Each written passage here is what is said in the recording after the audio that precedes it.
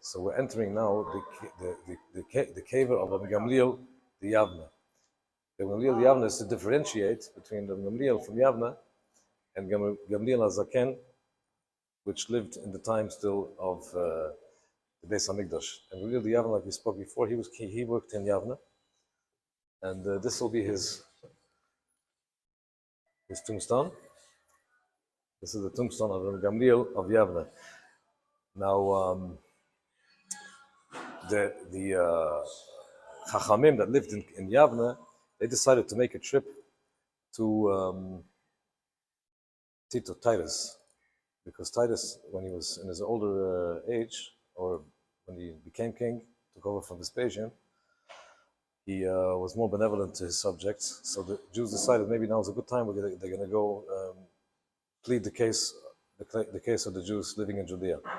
But when they came there, Titus died before they had a chance to have an audience with him, and his brother Domitian took over. Now he was known as an anti-Semite. He's also the one that's known in the Chazal when it says the story of Ketia Bar Shalom in the tractate of Avodah Zarah. He was known to be a terrible anti-Jewish person, and he made anti-Jewish decrees. One of the famous ones being the Fiscus Judaeus. Although it was instituted by Vespasian, he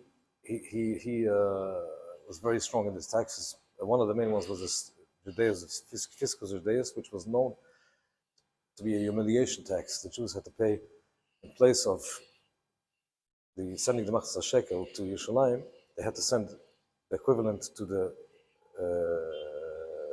Jupiter, their god in Rome.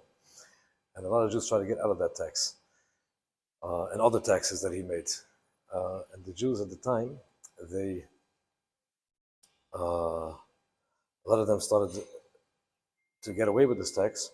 They would inform on others, and that's why we get the story of Laminim and Amalshinim.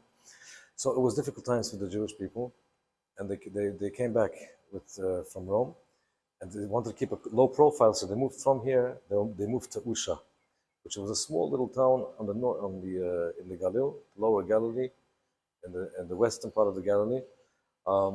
Very discreet, not to draw too much attention.